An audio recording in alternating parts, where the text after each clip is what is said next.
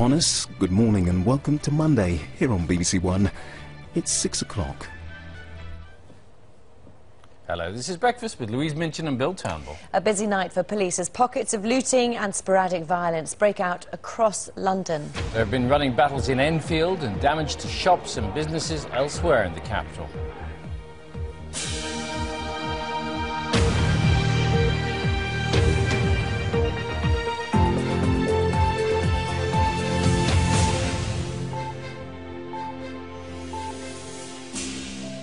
Hello, very good morning to you. It's Monday, the 8th of August. Well, on Breakfast this morning, we'll bring you the latest details of last night's unrest. And we'll be asking what led to Saturday night's breakdown in law and order. Also today, it's been the worst week for the markets since the height of the credit crunch, with billions wiped off our savings and investments. Could this week see more of the same? I'll have the details shortly. We'll also find out why Europe's central bank is planning to spend billions of euros to prop up member states struggling to raise cash on the markets. 2 times 6. 12. Carol Vorderman is calling for radical changes to the way that maths is taught in England's schools. She'll be telling us why.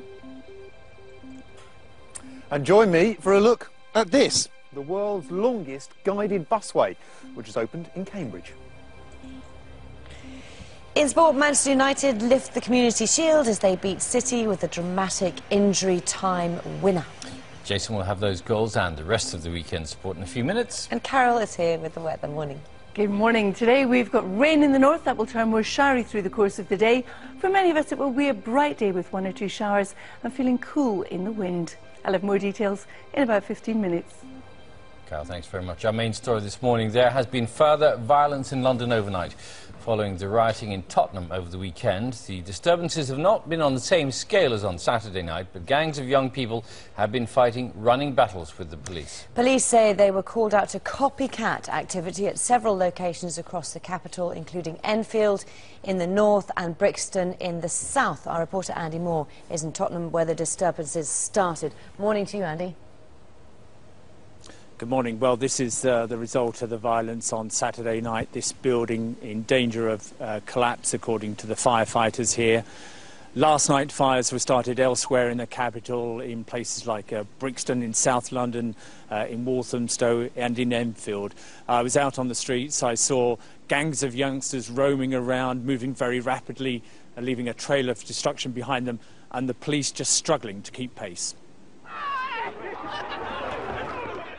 Even before night fell, the trouble began. This time the target was the London suburb of Enfield, a few miles north of Tottenham. Get back! The local MP said the violence was caused by youngsters from outside the area using social media to organise themselves. Police officers once again faced missiles, but their response was more assertive than the previous night in Tottenham. They drew their truncheons and tried to break up the gangs before too many people could assemble. Inevitably, there were injuries. The picture was of sporadic violence by gangs moving rapidly across the capital. After Enfield, the disturbances spread to other parts of North London, to Edmonton and Walthamstow.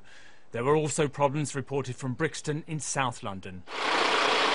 Here, firefighters came under attack as they tried to tackle some of the blazes started by looters. Shop fronts were smashed and goods stolen.